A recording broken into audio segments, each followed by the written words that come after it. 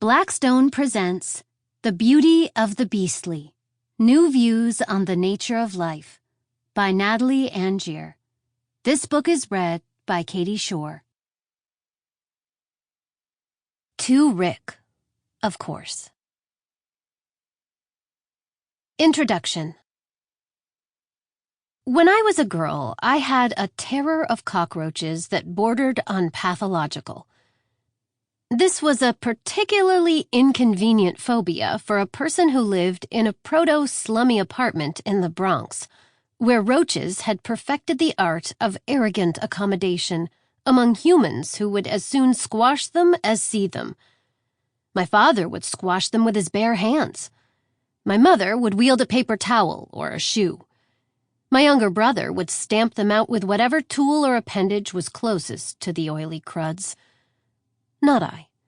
No matter how many hundreds of roaches I saw, no matter how repeatedly I reminded myself that they lacked stinging or biting parts and really could not hurt me, I jumped and screeched every time one skittered into view. I could not be in a room with a visible roach and feel at peace, nor could I bear getting close enough to one to kill it. If I opened a cupboard looking for a glass and instead found a roach, I'd go thirsty. Every evening, before venturing into the dark bathroom and switching on the light, an act that would be to roaches as reveille is to sleeping soldiers, I called my brother and begged him to minesweep the room ahead of time.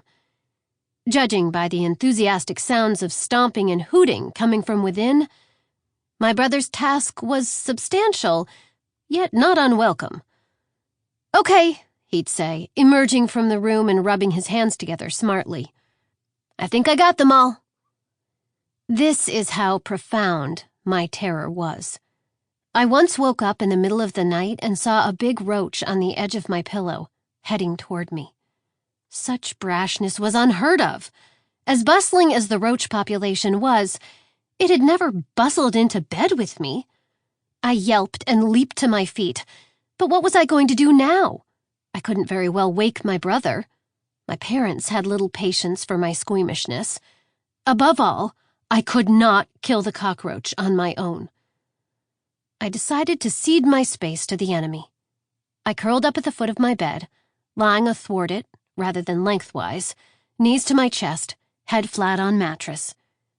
Uncomfortable and still scared, I nonetheless managed to fall back to sleep.